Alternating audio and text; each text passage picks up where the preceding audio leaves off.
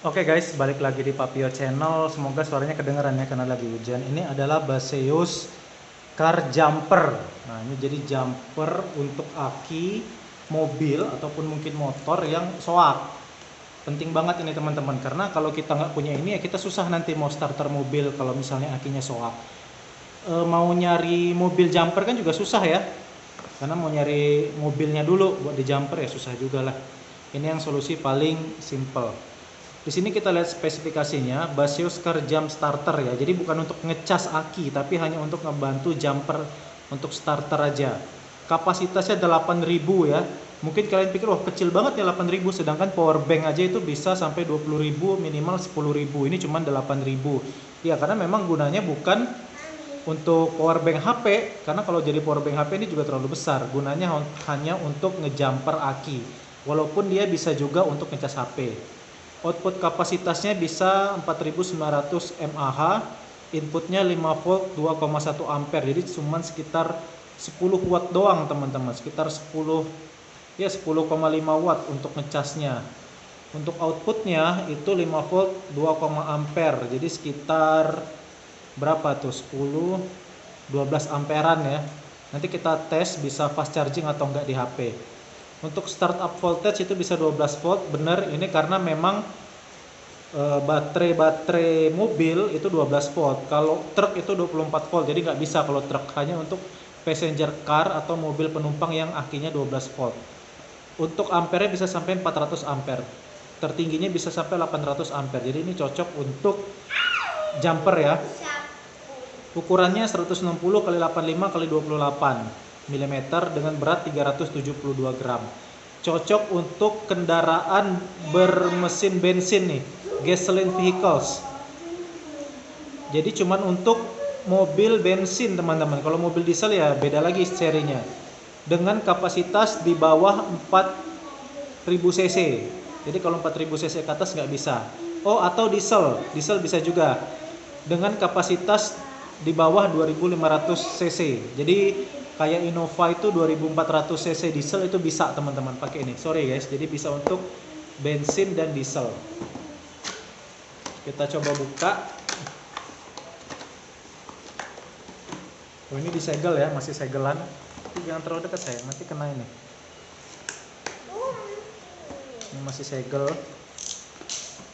Jadi kelengkapannya seperti ini. Nah ini dia, bisa dikit sayang. Nah ini dia ya kelengkapannya seperti ini guys.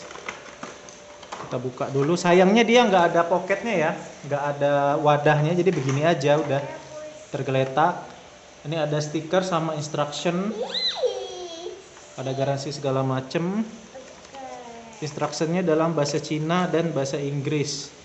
Ini spesifikasi tadi yang udah saya sebutkan.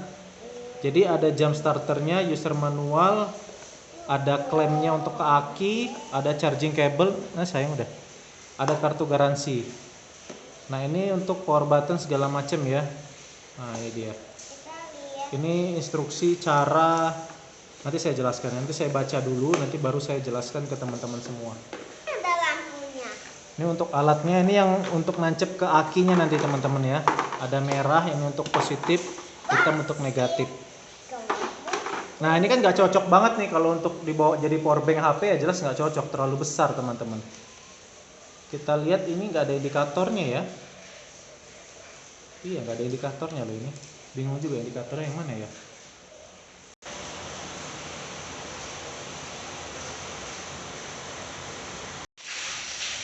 Jadi teman-teman ini dalam posisi ngecas. Jadi kayaknya indikator baterainya ini nih tuh. Kalau misalnya dia full, dia ringnya ya full, putih semua. Kalau kayak gini kan dia masih berapa nih? Setengah ke 3/4 ya. Masih belum full ngecas baterainya. Seperti itu. Nah ini untuk ngecasnya. Ya berarti kira-kira udah ada setengah lah ya isi baterainya ini. Ya baterainya 3/4 nih guys. Kelihatan nggak tuh ya? Lampunya kan nggak full penuh ya tuh. Jadi isi baterai 3/4. Jadi indikatornya di lingkaran ini teman-teman ternyata. Tuh. Belum full ya. Sekarang kita mau coba ngecas HP ya, karena kan ini kan bisa juga jadi power bank. Di sini ada untuk outputnya dan inputnya. Kita colokin sini. Ini saya pakai kabel original Samsung ya teman-teman ya. Kita lihat apakah dia fast charging atau enggak kalau untuk HP. Walaupun sebenarnya tujuannya bukan untuk ini ya. Di on kan dulu berarti. Ngecas. Di sini kabel charging guys. Jadi dia nggak full ini ya. Bukan fast charging kalau untuk HP. Dia cuman kabel charging biasa. Dia tidak support untuk fast charging ya, tidak support untuk fast charging HP. Jadi kalian jangan beli ini untuk ngecas HP, nggak cocok guys.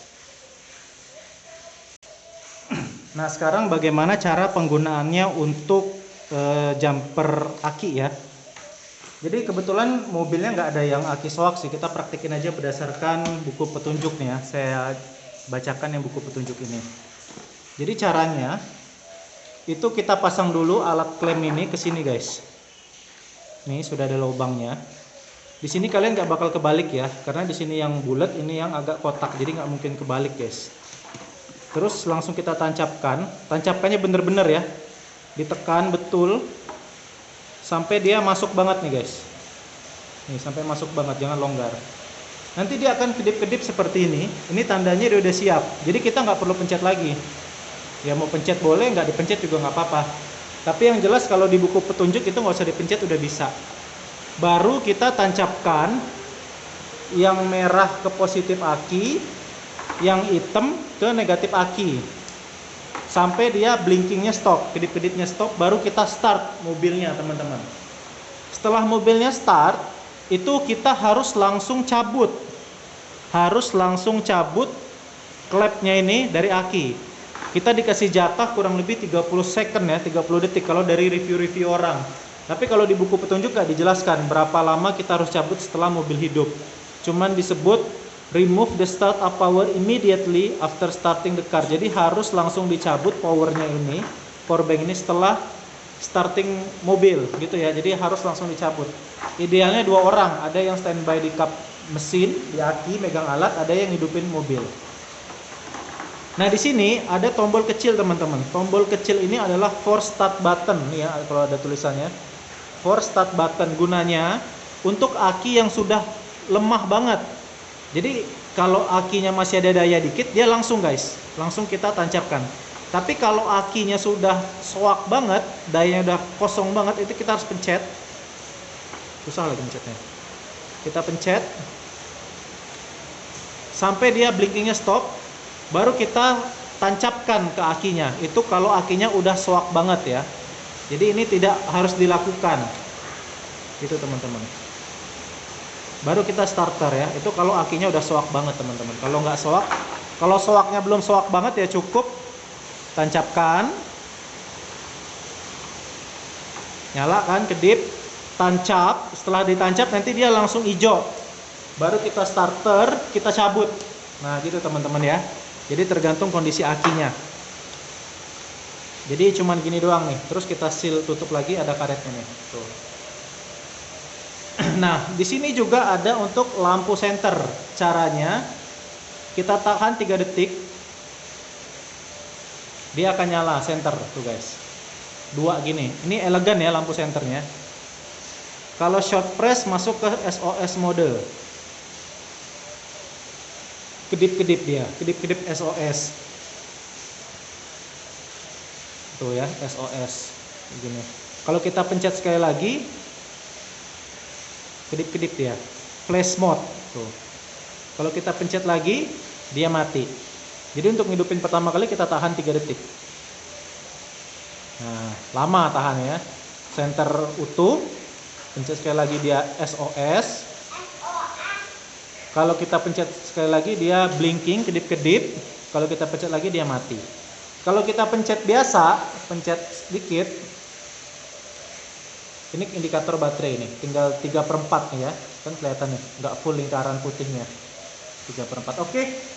Itu saja teman-teman. Minusnya dia nggak nyediain tempat wadah aja sih. Seandainya ada wadahnya dia lebih bagus ya untuk nyimpen. Kalau kayak gini kan kita mau nyimpennya agak susah teman-teman. Ya agak susah nyimpennya, mau taruh di mobil juga susah karena namanya power bank itu kita nggak bisa simpen di dashboard gitu-gitu ya, nggak bisa teman-teman, karena bisa bahaya ya. Jadi ya kalian harus beli wadahnya lagi kali ya untuk ini. Nah ini dia teman-teman ya. Gitu aja, ini kita mau cas penuh dulu. Kita simpan di wadahnya, nanti wadah khusus untuk standby di mobil.